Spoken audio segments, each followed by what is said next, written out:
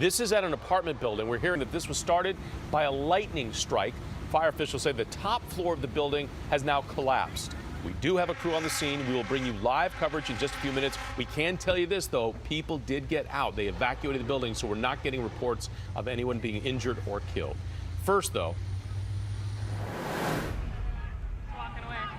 right now, live pictures from Phoenix, Arizona. This is just outside of the Phoenix Convention Center, inside a rally for President Trump, but outside a very strong police presence and a huge gathering of protesters just outside. So the president covered a lot of topics, race relations, the Second Amendment, but he spent a large amount of time talking about the media. Jay Korf has been following this for us tonight. He's live in our satellite center. Jay?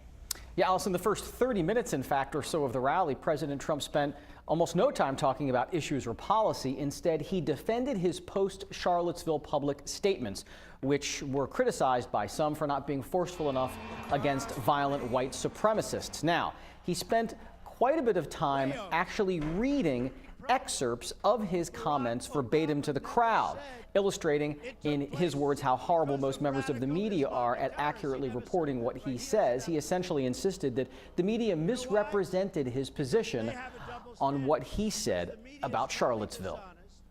Honestly, these are really, really dishonest people, and they're bad people. And I really think they don't like our country. I really believe that. And I don't believe they're going to change, and that's why I do this. If they would change, I would never say it. The only people giving a platform to these hate groups is the media itself and the fake news. Now, when reading verbatim many of his post-Charlottesville remarks to the crowd tonight here in Phoenix, Mr. Trump did omit the part where he talked about both sides being to blame for the violence in Charlottesville. The president did spend time, and is spending time right now because the rally continues in Phoenix, on immigration policy, in particular his desire to build a wall along the U.S.-Mexico border. Reporting live, Jay Korf, ABC 7 News. All right, Jay, thank you. Also developing right now, published reports claim President Trump hasn't spoken to Senate Majority Leader Mitch McConnell in weeks.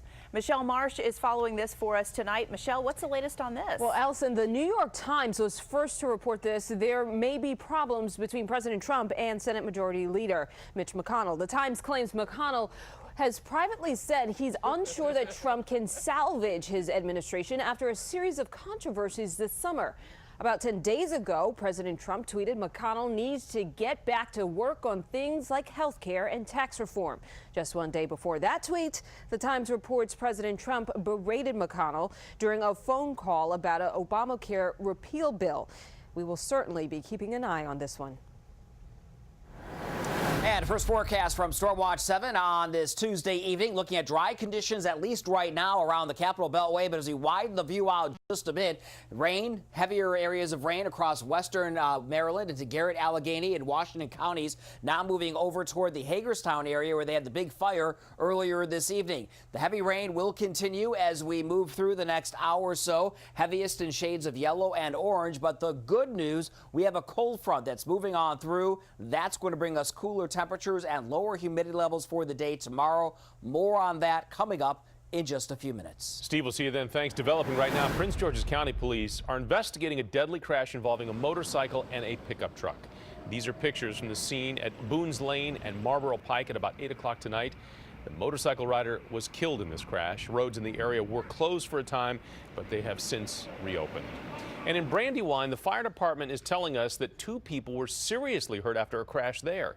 Skytrack 7 was flying over the scene at about 8:30 tonight after that crash at the intersection of Branch Avenue in Earnshaw Drive. Now, one of the cars did catch fire after the collision. No word on what caused the crash, but we'll bring you any updates as soon as they're available. Well, 7 on your side, fighting back tonight, and a man accused in crimes on the National Mall arrested again.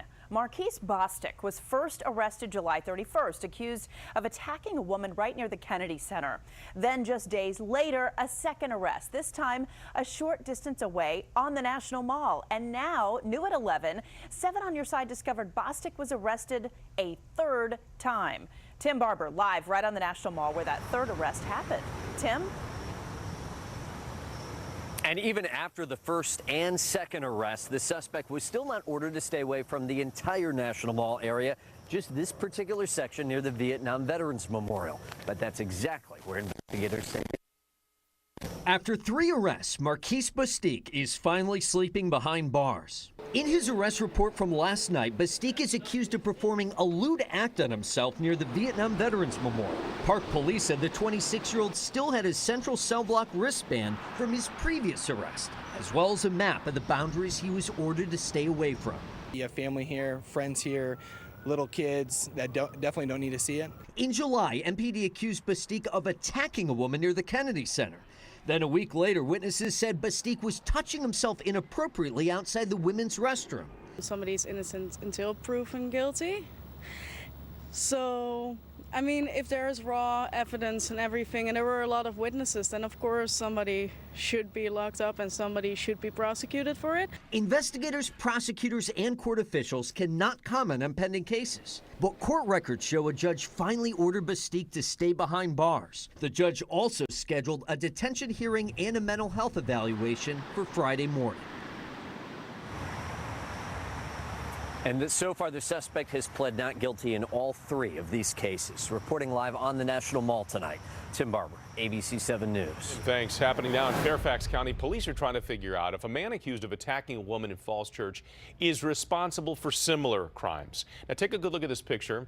Danelle Rojas is accused of exposing himself to a woman and then taking her phone from her when she was trying to take a picture of him. If you recognize him in this picture, police would like to hear from you.